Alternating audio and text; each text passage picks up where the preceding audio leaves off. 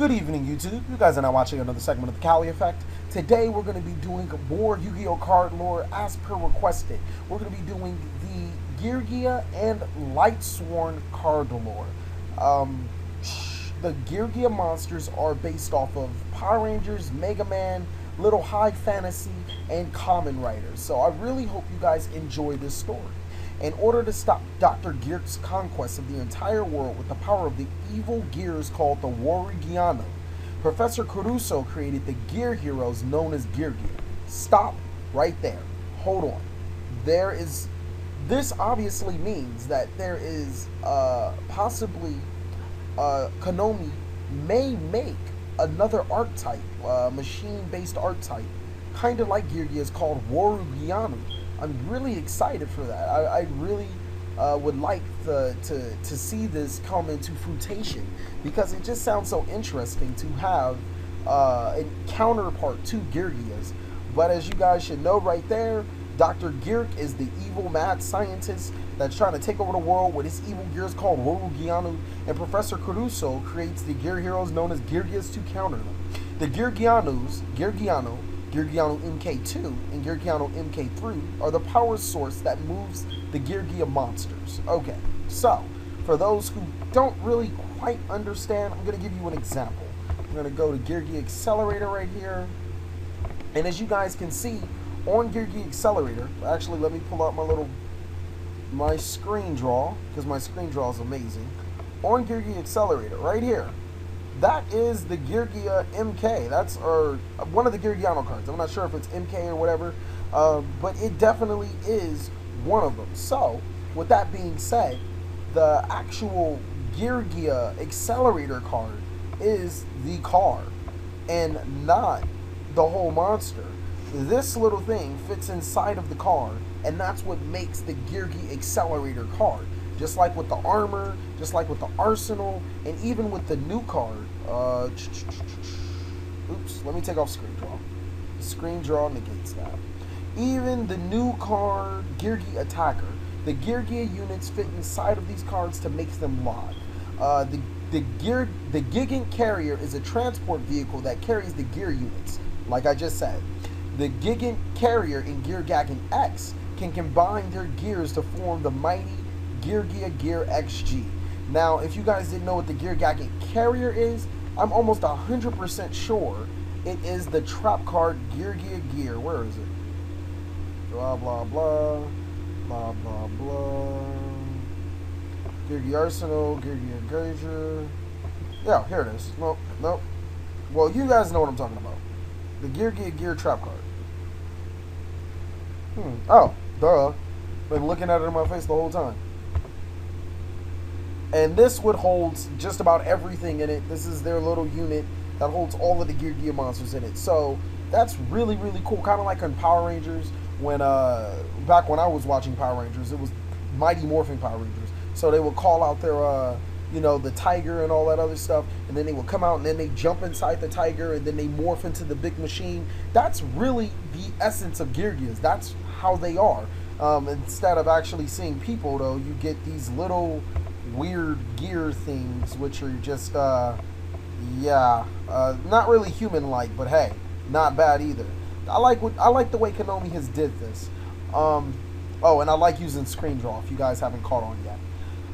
Back to what we were talking about, and a couple notes. Geargiano is the Promantu of the Wargi. Okay, so he's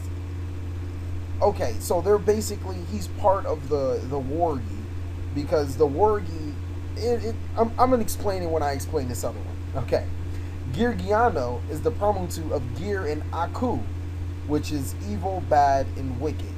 Kurusu Hakasi, Professor Kurusu, sounds like cross, how the X in Geargia Gear XG and Geargia X is pronounced. So, what I am saying is that the creators of these monsters have their name inside of the cards, and they actually mean stuff. You know how Japan is. They're so good at meaning all this other stuff.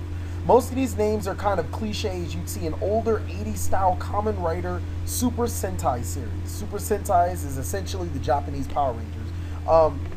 Basically, what you're looking at when you look at Geargias is Power Rangers, and that's how they work. A whole bunch of monsters morphing together and transforming into all these other great things. I really would love to see the Warugianu cards come out to counter the Geargias, and I would like to see Geargias get more support than what we have right here. It'd be extremely interesting to see what they have, mainly because I am just a Power Ranger fan. I've loved Power Rangers when I was little.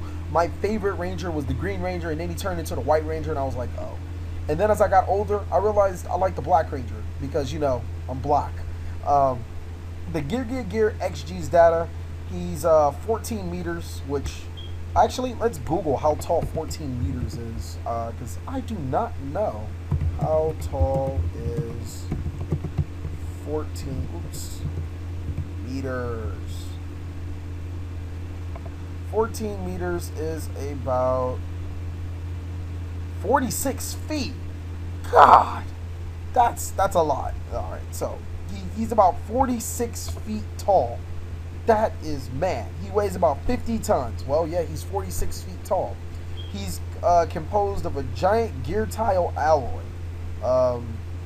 Okay, that's, I mean, obviously, you want it to be composed of his own gear alloy.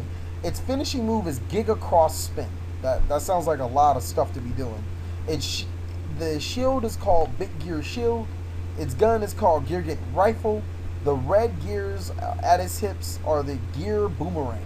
So this is genuinely a Power Ranger Megazord. There's no doubt about it that this guy isn't a Power Ranger Megazord. And even right here, I know it's kind of hard to see. Let me bring out that screen draw one more time. Right here are where the Geargia monsters, or the Geargiano monsters, are. They're just right there chilling. Chilling right there. So, actually it even has an arrow. It goes bam, and then bam. So, they are in there. I love screen draw. Now, I think we're done with Geargias. Let's get on the Lightsworn. Michael is the founder of Lightsworn, is always accompanied by Judgment Dragon. Did not know that. That is news to me. Raiden is one of the Lightsworn's big guns, who's gone behind enemy lines and taken out plenty of commanders. However, beneath these actions lie his wish for peace. His desire for a swiftly put an end to conflict. Minerva is a young mage in the midst of her apprenticeship, accompanied by her white owl familiar. Though she is still inexperienced in the ways of magic, she has wings as white as snow that show she'll one day become a guardian angel. I'm sorry, I haven't did popcorn reading in about, 12 years. It's been a long time. They appear across time and space, answering the prayers of innocent and those who wish for peace. By consuming vast quantities of magical energy, they appear on the material plane and challenge those evildoers who threaten the era they appear in.